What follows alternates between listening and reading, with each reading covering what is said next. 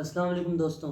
तो उम्मीद है आप लोग खैरियत से होंगे। तो आज हमारा जो टॉपिक है वो है पार्टीशन के ऊपर, के जो इंडिया और पाकिस्तान का जो बीच में पार्टीशन हुआ, तो उसके क्या इफ़ेक्ट हमें देखने को मिले और क्या होता है कि अगर ये पार्टीशन जो होता ही नहीं, हम लोग अभी तक इंडिया और पाकिस्तान दोनों मिलकर एक ब्रदरहुड वाला मतलब भाईचारे की तरह एक ही मुल्क में रह रहे होते। तो सबसे पहले जो इसका ऐसे लोग जो वो ओपिनियन दे रहे होते हैं अपना, वो कहते हैं कि क्या ही ज़बरदस्त पाकिस्तान की टीम होती। अगर शोएब अख्तर जैसे फास्ट बॉलर और संगकारा कुमार संगकारा जैसे प्रॉपर बैट्समैन आप एक ही टीम में खेल रहे होते हो और बाबर आजम और विराट कोहली ओपनर उतर रहे होते हैं बैटिंग के लिए, तो ये क्या ही ज़बरदस्त क्रिकेट की टीम पाकिस्तान के लिए, वो मतलब दोनों ही भारत के लिए देखने को मिलती।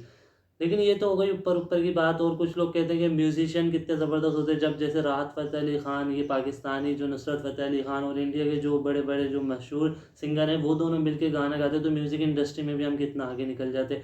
और आईटी जैसी फील्ड और इस तरह की फील्ड में हम कितनी आगे तक निकल जाते। तो ये तो हो गई ऊपर ऊपर की बातें जो हमें नज़र आ रही होती हैं। आइए आए चले हम इस जो टॉपिक है सेपरेशन का, इसको हम डिटेल से आगे समझते हैं, इसकी हिस्ट्री को देखते हैं और इसके एडवांटेज और डिसएडवांटेज पे नज़र रखते हैं। After 200 years of British rule over the Indian subcontinent, on August 15, 1947, it was split into two independent nations, Hindu-majority India and Muslim-majority Pakistan. The process was known as partition. Tensions between Hindus and Muslims did exist before the British Raj was established, but many Muslims, Hindus and Sikhs also coexisted peacefully. बंद आँखों से अक्सर सरहद पार चला जाता हूँ मिलने मेहदी हसन से। आँखों को वीज़ा नहीं लगता, सपनों की सरहद कोई नहीं। अब हम लोग सबसे पहले शुरू करते हैं हिस्ट्री से, क्योंकि हिस्ट्री हमें पूरे इतिहास के बारे में बताती है कि क्या हुआ, किस वजह से हुआ, क्या कॉन्सिक्वेंसेस निकले उनकी लड़ाई के और जंगों के। तो सबसे पहले हम नज़र डालते हैं 1857 में, जब हम मुसलमानों और हिंदुओं ने मिलकर ब्रिटिश के ख़िलाफ़ जंग लड़ी थी। तो उस टाइम इतनी ज़बरदस्त जंग लड़ी मतलब मुसलमानों और हिंदुओं ने मिलकर, कि ब्रिटिश बिल्कुल हैरान रह गया, दंग रह गया कि कैसे भाई इतनी बड़ी, ये तो दोनों तो अलग अलग मज़हबों से ताल्लुक़ रखते हैं, इन्होंने मतलब कैसे इतने ज़बरदस्त तरीके से मिलजुल कर एक पूरा मतलब एक दूसरे का साथ दे दे के हमारे खिलाफ जंग लड़ी। तो उस वक्त उनको एक झटका लगा और उन्होंने फैसला लिया कि हम इन दोनों को मतलब अलग करके रहेंगे, मुसलमान और हिंदुओं को। क्योंकि अगर ये इतनी बड़ी फौज अगर एक तैयार हो जाए, दोनों ही दोनों मिलकर, क्योंकि बहुत बड़ी आबादी है एक मुसलमानों की भी और हिंदुओं की भी, क्योंकि इंडिया की भी आबादी बहुत ज़्यादा है और अगर आप अंदाज़ा लगाएं तो पाकिस्तान की भी आबादी जो है बहुत बल्क में। तो मतलब पहले से उन्होंने प्लानिंग करी कि कैसे इन दोनों को अलग करा जाए, क्योंकि अगर ये दोनों मिल जाते हैं तो ये दोनों दुनिया की सुपर पावर भी बन सकते हैं और ये इतनी बड़ी फौज होगी कि इसको किसी भी मुल्क के लिए हराना बहुत मुश्किल हो जाएगा, मतलब किसी के लिए भी आसान काम नहीं होगा इन दोनों को हराना। तो उन्होंने क्या करा, सबसे पहले जो अपना स्टेप वो करा, मतलब चाल चली मुसलमानों और हिंदुओं के खिलाफ, उन्होंने ये करा कि एक दूसरे के दरमियान इन लोगों ने नफरत पैदा करी। कि इसके नफरत किस बुनियाद पे पैदा करी, धर्म, मतलब के उनके रिलीजन्स और मतलब उनके जो वो थे नज़रिए, उस पर करा कि भाई ये तो तुम्हारे अलग मज़हब के बंदे हैं, ये तुम्हारे अलग मज़हब के बंदे हैं, तुम दोनों कैसे एक दूसरे को मतलब मिल के एक दूसरे के साथ रह सकते हो।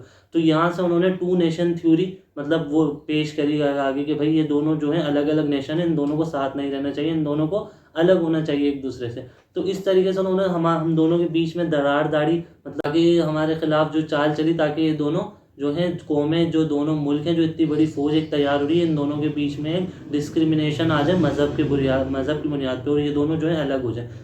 1906 में होती है, बुनियाद रखी जाती है ऑल इंडिया मुस्लिम लीग्स की, मतलब जिसमें सारे मुसलमान जो है वो हिस्सा लेते हैं कि भाई हमारी एक अलग पार्टी है। उसके बाद जो ब्रिटिश एक चाल चलता है कि वो बोलता है कि भाई आपके मुल्क में सेपरेट इलेक्शन कराए जाएंगे, जिसमें सिर्फ जो मुसलमान हैं वो अपने मुसलमानों को ही वोट दे सकते हैं। जैसे ऑल इंडिया मुस्लिम लीग है, उसमें कोई हिंदू वोट नहीं दे सकता, वहाँ पे सिर्फ मुसलमान ही वोट देंगे उनको, और मुसलमानों की जो है पार्टियाँ अलग होंगी और हिंदू की जो है पार्टियाँ अलग होंगी।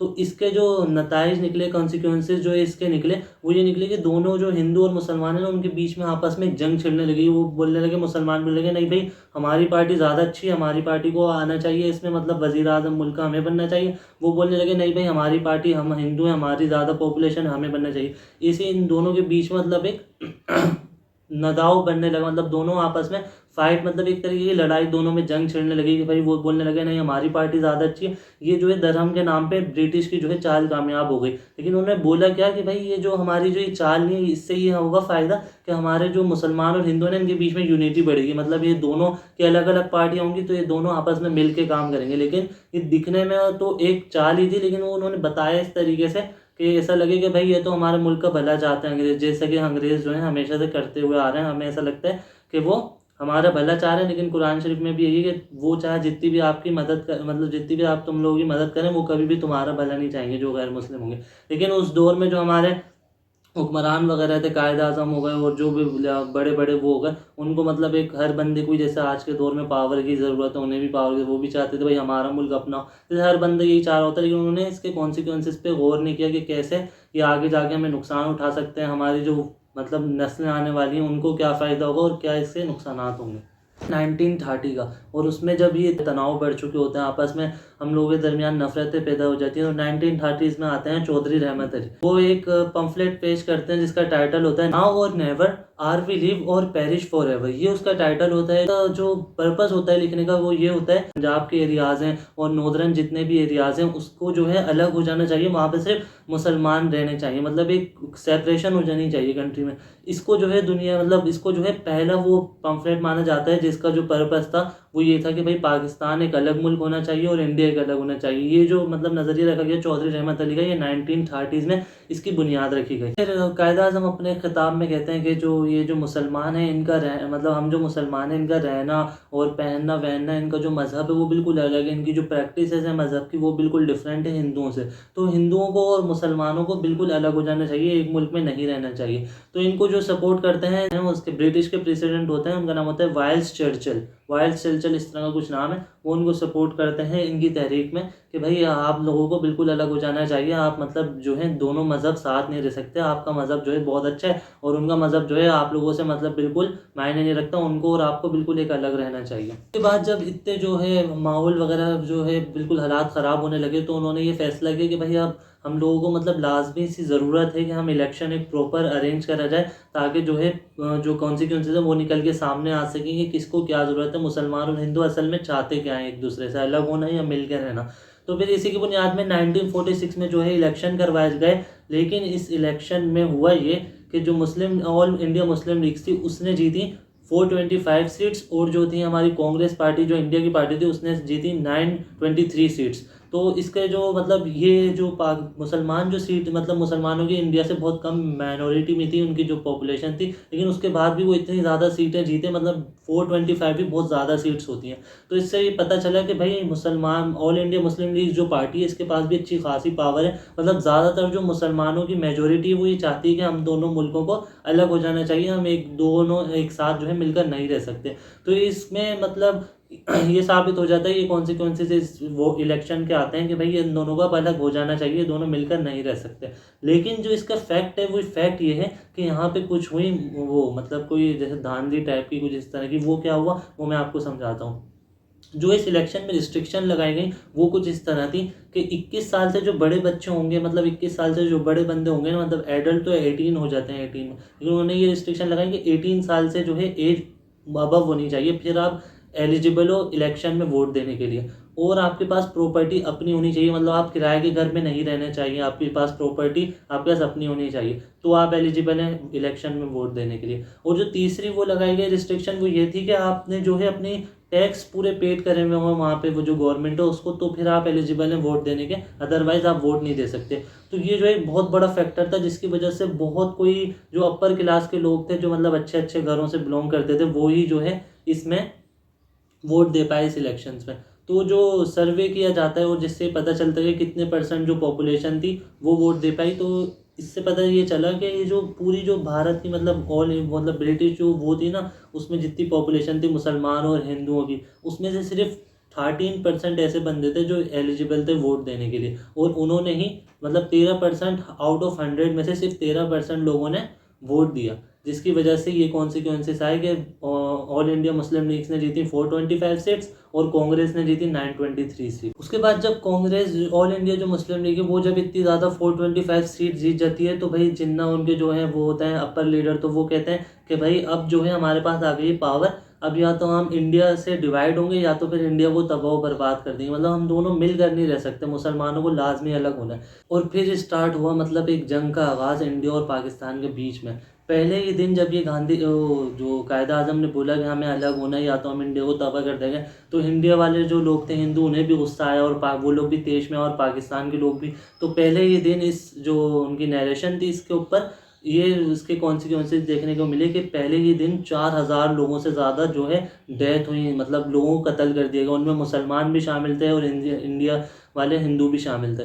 लेकिन जो इस पार्टीशन के ख़िलाफ़ थे वो थे गांधी जी। गांधी जी ने उस टाइम भी काफ़ी जो है इसके लिए तहरीकें चलाई, कायद-ए-आज़म को मनाने की कोशिश करी कि भाई हम लोग मिल के रह लेते हैं, ऐसे बीच में पार्टीशन नहीं करो, ये सब साजिश है, ये सब एक साजिश के तहत हमें अलग किया। अब इस जो इतने जो माहौल वगैरह मतलब इतना ख़राब हुआ, इसमें जो है जो वो सॉल्यूशन निकाला गया, तो लोगों ने ये कहा कि भाई जो जिन्ना है इनको हमें प्राइम मिनिस्टर बना देना चाहिए भारत का, ताकि जो है इनकी जो पावर की जो चाहते हैं पावर वो इनको मिल जाए। लेकिन ऐसा नहीं हुआ, क्योंकि जो जिन्ना है वो कभी चाहते नहीं थे पावर वगैरह को हासिल करना, ना वो प्राइम मिनिस्टर बनना चाहते थे।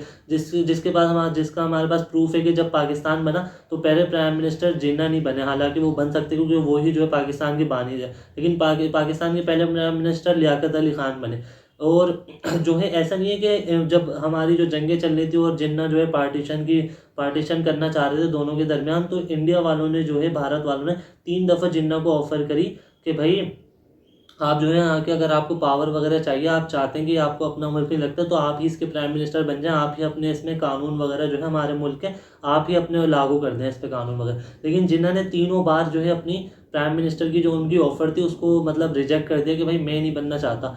उन्होंने मतलब 3 दफ़े, एक दफ़ा उनको गांधी जी ने खुद भी अपने, जब गांधी जी प्राइम मिनिस्टर है तब भी उन्होंने, गांधी जी ने भी करी, उससे पहले सुभाष चंद्रिकार ने कोई थे उन्होंने भी उनको ऑफ़र करी थी। मतलब तीनों बार उन्होंने जो है नेगलेक्ट कर दी ऑफ़र, उनको रिजेक्ट कर दी कि भाई हम नहीं बनना चाहते प्राइम मिनिस्टर, हमको जो है अलग ही होना है। ये जो पूरे सूरत हाल चल रही है इसमें जो मेरा पर्सनल ओपिनियन है कि ये जो पूरे जो प्रॉब्लम थी इसको किस तरह सॉल्व करना चाहिए था।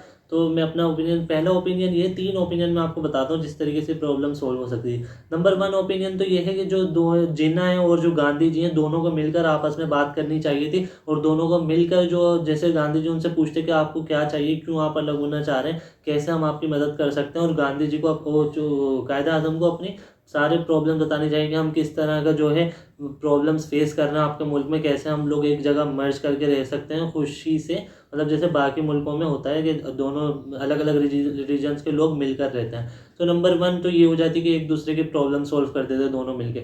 और नंबर 2, अगर जैसे माहौल इतना बिगड़ रहा था तो जो बंदे पार्टीशन के मतलब वो थे जो चाहते थे पार्टीशन, उन सबको मतलब मुल्क से डिपोर्ट कर देना चाहिए था, उन सबको निकाल देना चाहिए था मुल्क से। ये भाई आप लोग हमारे मुल्क में जो है एक तरीके का मतलब लोगों के बीच में लड़ाइयाँ करवा रहे हैं, आप फाइट करवा रहे हैं, लोगों जंग छेड़ लिया आपकी वजह से। हमारी जो मुल्क है इसकी जो वो है इन्वायरमेंट जो है, पीस है, वो क्या हो रहा है, डिस्ट्रॉय हो रहा है। तो ये एक दूसरा हल था इसका। और तीसरा हल ये था कि जो इलेक्शन हुए उस वक्त पे, जिस पे इतनी ज़्यादा पाबंदियाँ लगाई गई कि जिसके पास टैक्स जिसने दिया वो होना चाहिए, जिसके पास अपनी लैंड होनी चाहिए, या अपने जो उस पर रिस्ट्रिक्शन थी 21 अबव की, उन सब रिस्ट्रिक्शन को ख़त्म करना चाहिए ताकि हर जो है एडल्ट जो है अपनी मर्ज़ी से उस पूरे इलेक्शंस को वोट दे सके। और जब ये वोट ईमानदारी से होते तो लाजमी सी बात है इसकी कॉन्सिक्वेंसेज ये नहीं आते, कुछ और ही आते, जो कि बिल्कुल राइट होते, जो लोग चाह रहे होते वो ही होता। तो यहाँ तक तो बात हो गई कि भाई कैसे जो है पार्टीशन को रोका जा सकता था, कैसे मतलब इसके जो है प्रॉब्लम इसकी जो जितनी भी थी सॉल्व करी जा सकती है। अब ज़रा बात करते हैं कि कैसे इसके एडवांटेज जो है हमारी ज़िंदगी में डिसएडवांटेज आए, इसके क्या क्या नुकसान हो जिससे हम बच सकते थे। तो सबसे पहला जो डिसएडवांटेज ये रहा कि जो है 20 लाख से ज़्यादा जो है लोगों की डेथ देखी गई, कि वो लोग जो है मर गए, मतलब पार्टीशन के दरमियान ही उनका इंतकाल हो गया। उसके बाद जो हमारा सबसे बड़ा फैक्टर ये आया कि जो लोग वहाँ पे काफ़ी अमीर हुआ करते थे वो यहाँ पे आके जो उनकी रिसोर्सेज थे और एसेट्स वगैरह थे वो यहाँ पे आके रिकवर नहीं हो पाए, क्योंकि बिल्कुल माइग्रेशन करके आए। तो मतलब वो अगर वहाँ पे उनकी इनकम 100 थी तो यहाँ पे आके वो बिल्कुल ज़ीरो हो गया, मतलब उनको यहाँ से वापसी से शुरू करना पड़ा पूरा। बहुत सारे लोग ऐसे भी थे कि जो वहाँ से यहाँ पर आए, वहाँ पे बहुत अच्छी ज़िंदगी गुजार रहे थे, लेकिन यहाँ पर आके उनके मुसलमानों के बिल्कुल हालात चेंज हो गए और वो लोग मतलब भूख से इतने ज़्यादा लोग मर गए। तो तकरीबन मोर देन 20 लाख से ज़्यादा हमारे जो है डेथ देखी गई इस पार्टीशन के दरमियान। तो अगर ये पार्टीशन नहीं होता तो क्या होता कि 20 लाख से ज़्यादा जो लोग इंतकाल हुए, जो लोग मर गए इस सेपरेशन के दरमियान, उनकी जानें बच जाती बड़ी आसानी से। और जो है हमारे जो भारत होता ना, उसकी जो होती 62% जो है हिंदूज़ की पॉपुलेशन होती, और बाकी जो 38% है वो होते हैं मुस्लिम्स। मतलब कोई इसकी जो टोटल आबादी होती वो 100.76 करोड़, मतलब कि 1.76 बिलियन पीपल होते। तो ये आराम से जो है मतलब पूरी दुनिया का सबसे ज़्यादा पॉपुलेटेड कंट्री कहलाती है, मतलब सबसे ज़्यादा लोग यहाँ पे मतलब रहते मर्ज करके, मतलब मिल के सब लोग रहते। सबसे ज़्यादा मोस्ट पॉपुलेटेड कंट्री में भारत हमारा शुमार हो जाता है। यहाँ पे मुसलमान और इंडिया के जो लोग हैं, हिंदू और मुसलमान मिलकर रहते हैं। बड़ा मुश्किल काम हो जाता है कि लोग मुसलमान और हिंदू का एकदम से मतलब वापसी, जो इतना बड़ा बीच में उनके जो है जहन में उनके एक दूसरे के बिना नफरत पैदा हो गई एक दूसरे के लिए, उनको ख़त्म करना। तो उसके लिए काफ़ी मतलब कोशिश करनी पड़ती है लोगों को, मतलब मिल के एक दूसरे के साथ कोऑपरेट करना पड़ता है एक दूसरे के साथ। मतलब सिर्फ दिखावे के लिए नहीं, रियल में भी दिल में उन लोगों की मोहब्बत होनी चाहिए आपस में, वरना तो फिर वो मतलब दिखावे के लिए ऐसे ही कर रहे होते पीठ पीछे, फिर लड़ाइयाँ शुरू हो जाती हैं उनकी। तो इसके लिए सिंगापुर वालों ने पूरे प्रॉपर प्रिंसिपल्स वगैरह और कानून वगैरह, लॉ वगैरह बनाए हुए हैं उनके। तो इस तरह के कानून वगैरह यहाँ पे भी भारत में भी फॉलो होने चाहिए थे।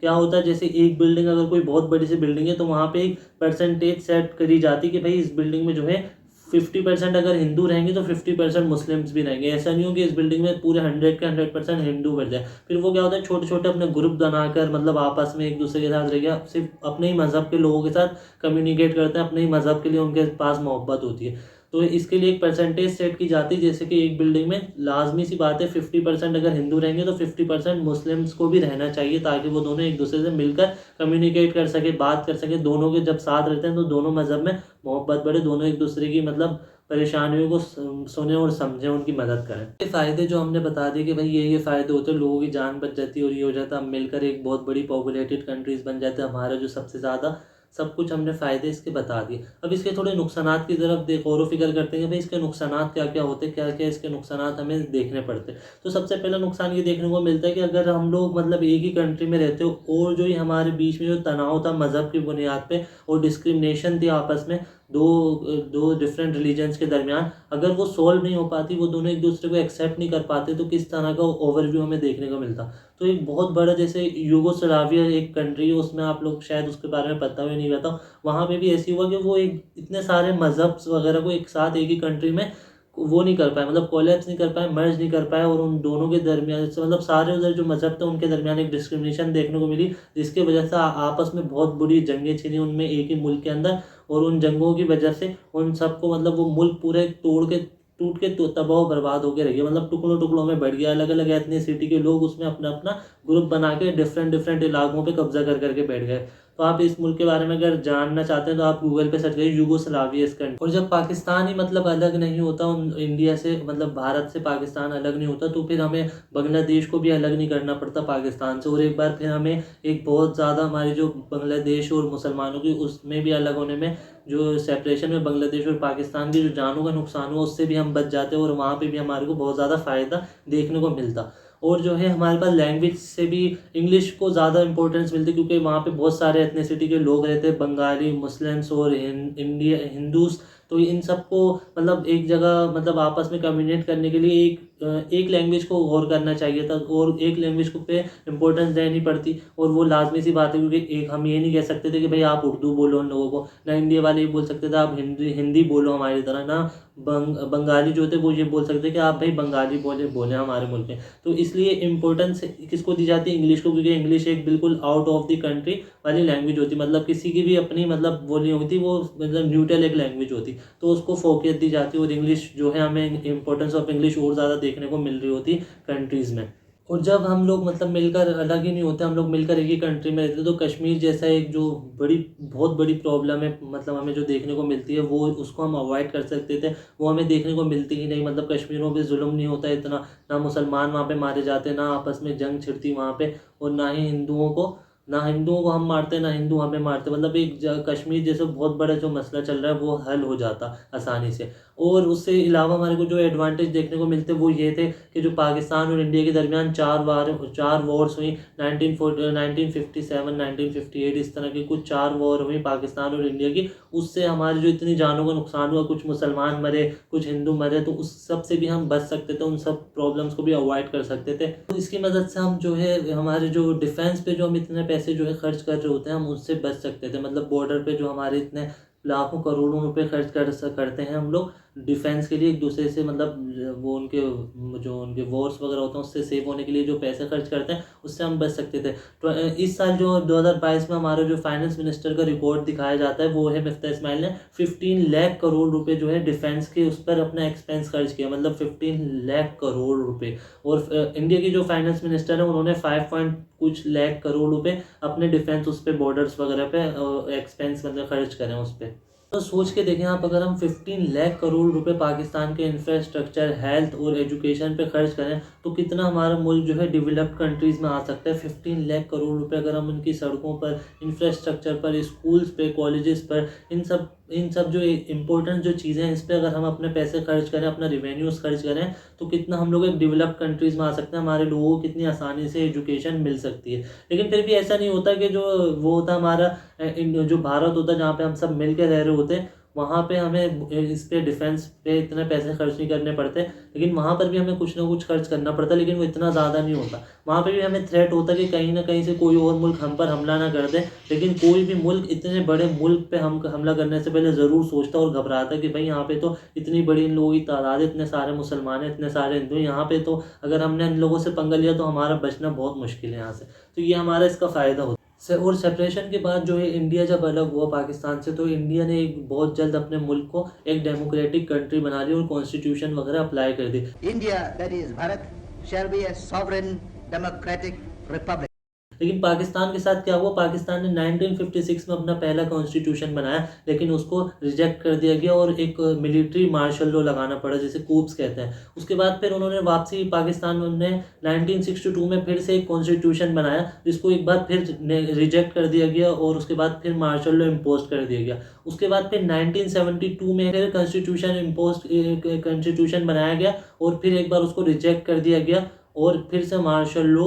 तो एक मुल्क को एक कॉन्स्टिट्यूशन देने में, प्रॉपर कॉन्स्टिट्यूशन बनाने में इतना समय लग गया। और पाकिस्तान का एक रिकॉर्ड है कि आज तक पाकिस्तान के कोई प्राइम मिनिस्टर भी 5 साल से ज़्यादा अपनी कुर्सी पे मतलब मुसलसल बरकरार नहीं रह पाया। उसको बीच में इतने सारे प्रॉब्लम्स का फेस करना पड़ता है, या तो कोई जो हमारी ऑफेंसिव जो होती है, जो ऑफेंसिव जो पार्टीज़ होती हैं वो उस पर डिफेंस, वो ऑफेंसिव पार्टीज जो होती हैं वो उस पर मतलब उस पर इतने इल्ज़ाम लगाती हैं वो 5 साल से पहले या तो खुद छोड़ के भाग जाता है अपनी कुर्सी को, या तो फिर उसको वहाँ से हटा दिया जाता है 5 साल से पहले ही। तो ये एक बहुत बड़ा रिकॉर्ड है कि 5 साल तक एक कोई प्राइम मिनिस्टर भी पाकिस्तान का अपनी कुर्सी को संभाल नहीं पाया। और फिर हमें देखने को मिलता है कि भाई हमारी करेंसी थोड़ी सी इम्प्रूव होती, क्योंकि इंडिया की जो है करेंसी हमारे से बहुत ज़्यादा आगे, वहाँ पे थोड़े से ज़्यादा जो है टैलेंटेड लोग हैं पाकिस्तान के मुकाबले में। पाकिस्तान में ऐसा नहीं है कि टैलेंटेड लोग नहीं, लेकिन यहाँ पे टैलेंट की वैल्यू नहीं है। यहाँ पे अगर आप टैलेंट हो तो you should go to the another country for show your talent. मतलब अगर आप टैलेंट कोई है आपके पास तो आपको किसी और मुल्क में जाके उसको दिखाना चाहिए। यहाँ पे उसको दिखाएंगे तो फिर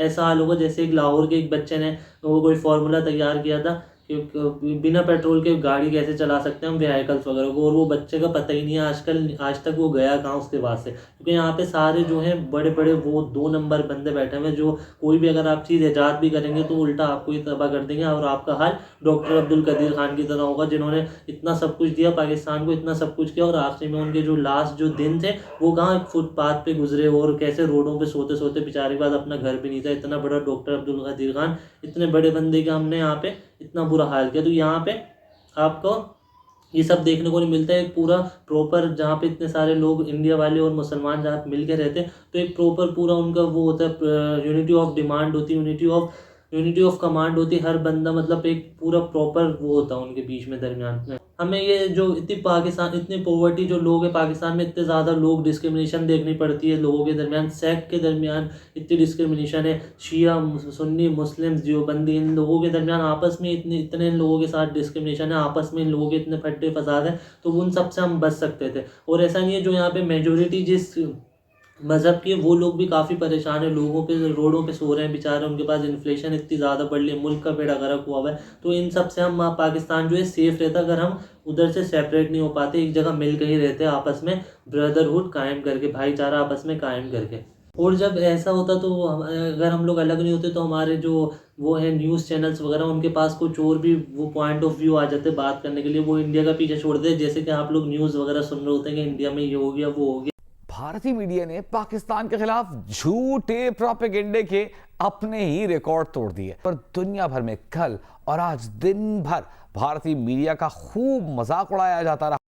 तो इन सब से आप हमारे जो न्यूज़ चैनल्स हैं उनके पास कोई असल के कोई ढंग के उनके पास टॉपिक्स आ जाते हैं जिन पे वो बात कर सकें।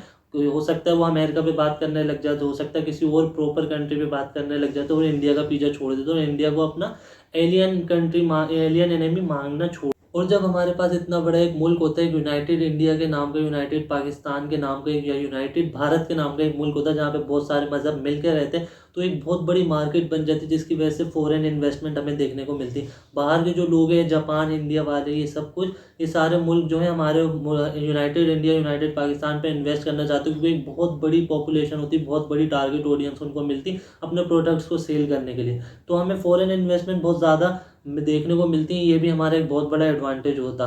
तो अब आप सोच रहे होंगे क्या काश ये हम लोग वाकई में अलग नहीं होते, लेकिन ऐसा नहीं है दोस्तों। अब हम लोग अलग हो चुके हैं, अब ये मतलब पॉसिबल नहीं है। मैं तो आपको ऐसे समझाने के लिए बता रहा हूँ क्योंकि ये जो है United India, United Pakistan exist नहीं करता, ये ऐसा कुछ नहीं है। बस ये मैं आपको बता रहा हूँ कि ऐसा होता अगर हम लोग नहीं होते सेपरेट। बट हमारे जो ग्रैंड फादर्स, ग्रैंड मदर्स, जो गॉड फादर्स हैं, जो पहले से चलते हुए आ रहे हैं, उन लोगों ने मतलब पता नहीं क्या सोच के क्यों अलग किया और इस मतलब ऐसा पाकिस्तान हमें मिला जिसमें हम लोग मतलब यहाँ पे मोबाइल लेके निकलो तो यहाँ पे गन वाला बंदा आएगा और मोबाइल भी लेके चले जाएगा। तो ये तो बात डन हो गई कि भाई हम लोग जो है ये हम लोग वापस हम सेपरेट जो है, अब ये मतलब ऐसा हो नहीं सकता। लेकिन हम सेपरेट, याद रखें दोस्तों, सेपरेशन तो हमारे मतलब बस में नहीं थे, हम कुछ नहीं कर सकते क्योंकि वो तो हमारे जो गॉड फादर्स वगैरह थे उन लोगों ने मतलब वो लोग इस सबको हैंडल नहीं कर पाए इन सारी प्रॉब्लम्स को। लेकिन हम लोग रीयूनिफिकेशन के लिए सोच सकते हैं। रीयूनिफिकेशन का मतलब जब ईस्ट यूनाइटेड और साउथ यूनाइटेड एक दूसरे से वापसी मर्ज हो सकते हैं, साउथ वियतनाम और नॉर्थ वियतनाम जो है आपस में मर्ज हो सकते हैं, तो इंडिया और पाकिस्तान वापसी क्यों नहीं मिल सकते। लेकिन इसके लिए ज़रा मुश्किल हो जाता है दोस्तों, क्योंकि इसके लिए हमारे को टॉप टू बॉटम अप्रोच सोचना पड़ता है, मतलब ऊपर से नीचे की तरफ सोचना पड़ता है कि भाई कोई आएगा और हमारे को मतलब कोई आएगा और हम लोगों को मर्ज कर देगा, हम लोगों को खुद इसके लिए पूरा प्रॉपर प्लान बनाना पड़ेगा। लेकिन ऐसे टॉप टू बॉटम अप्रोच बहुत ज़्यादा देखने को नहीं मिलती क्योंकि हम लोग जो नॉर्मली जो बंदे का दिमाग चल रहा होता है वो बॉटम टू टॉप अप्रोच चल रहा होता है, मतलब नीचे से ऊपर। लेकिन रीयूनिफिकेशन जो है इम्पॉसिबल नहीं है, ये पॉसिबल हो सकती है, बस इसके लिए थोड़ी मेहनत करनी पड़ेगी। मेहनत किस तरीके की वो हम समझते हैं। जैसे कि आपने इस वीडियो में समझा कि जो हमारे पास जो सेपरेशन जो थी है 1980 से शुरू 1876 से शुरू हुई और 19 मतलब ऐसे अचानक नहीं हो गई। इसमें हमारे को काफ़ी प्रोसीजर लोगों ने फॉलो किया, एक दूसरे के बीच में नफरतें पैदा हुई, तो हमें ये सब कुछ वापसी रिवर्स करना पड़ेगा, मतलब ये नफरतों को ख़त्म करना पड़ेगा। जो माइनॉरिटीज़ है मज़हब की उनको एक्सेप्ट करना पड़ेगा, ना कि उन पे हमला किया जाए, उनका अत्याचार किया जाए या उनको मारा पीटा जाए। इन सब से हमें सेफ रहना पड़ेगा। थोड़ा सा हिंदुओं को कोऑपरेट करना पड़ेगा मुसलमानों के साथ, थोड़ा सा मुसलमानों को कोऑपरेट करना पड़ेगा हिंदुओं के साथ। जैसा कि यूरोप और फ्रांस एक वक्त में एक दूसरे के बहुत बड़े दुश्मन थे, जैसे अभी पाकिस्तान और इंडिया हैं, आपस में लोगों की जंगें होती रहती, वैसे यूरोप और फ्रांस के बीच में भी थी। लेकिन उन्होंने सोचा कि इन सब का जंग वगैरह से कोई फ़ायदा नहीं है, हम लोगों को मिलकर रहना चाहिए, एक दूसरे को एक्सेप्ट करना चाहिए। तो उन लोगों ने क्या करा, एक दूसरे को एक्सेप्ट किया और दोनों के आपस में दरमियान जो है भाईचारे को कबूल किया और जो है लोगों का भला चाहा आपस में एक दूसरे का। तो ऐसे वो एक पूरी यूरोपियन नेशन उन्होंने बनाया, आपस में मिलकर कंट्रीज़ हैं। ऐसे ही हम एक एशियन नेशन बना सकते हैं। जैसे यूरोपियन नेशन है, ऐसे हम एशियन नेशन बना सकते हैं, आपस में हम लोग एक दूसरे को कोऑपरेट करके, एक दूसरे को मदद करके। लेकिन इसके लिए हम सबको एक ही पेज के, सिंगल पेज पे रहना चाहिए। मतलब सिंगल पेज का मतलब एक ही सबके फॉलो होने चाहिए रूल। ऐसा नहीं हो कि भाई मैं बोलूँगा इधर जाना है और सामने वाला बंदा बोले उधर जाना है, तीसरा बंदा बोले नहीं मैं तो सीधा जाऊँगा। तो हम सबका जो है डिसीजन जो है एक ही होना चाहिए कि यार हम सबको सीधे हाथ की तरफ मुड़ना है। तो मतलब जब हमारे पास एक सिंगल डायरेक्शन होगी ना, तो सब लोग जो है एक दूसरे को एक्सेप्ट करेंगे, एक दूसरे के साथ मिलकर जो है काम करना पसंद करेंगे। और हम लोगों को एक दूसरे की बात समझनी चाहिए, मतलब एक दूसरे की मदद करनी चाहिए जो कंट्रीज़ हैं आपस में। और जब हम ये तीनों, पाकिस्तान, बांग्लादेश और इंडिया, तीनों इन सब से एक दूसरे से एग्री करेंगे और एक दूसरे की मदद करेंगे, तभी जाके हम एक एशिया का पूरा एक नेशन बना सकते हैं जहाँ पे पूरा एक बहुत बड़ा एडवांटेज हमारे को देखने को मिलता है और काफ़ी हम डिसएडवांटेज से इससे बच सकते हैं। तो उम्मीद है कि आपको आज की वीडियो पसंद आई होगी। पसंद आ रही है सूरत में इसको लाइक करें, सब्सक्राइब करें। जब तक के लिए अल्लाह हाफिज़, मिलते हैं नई एक वीडियो में।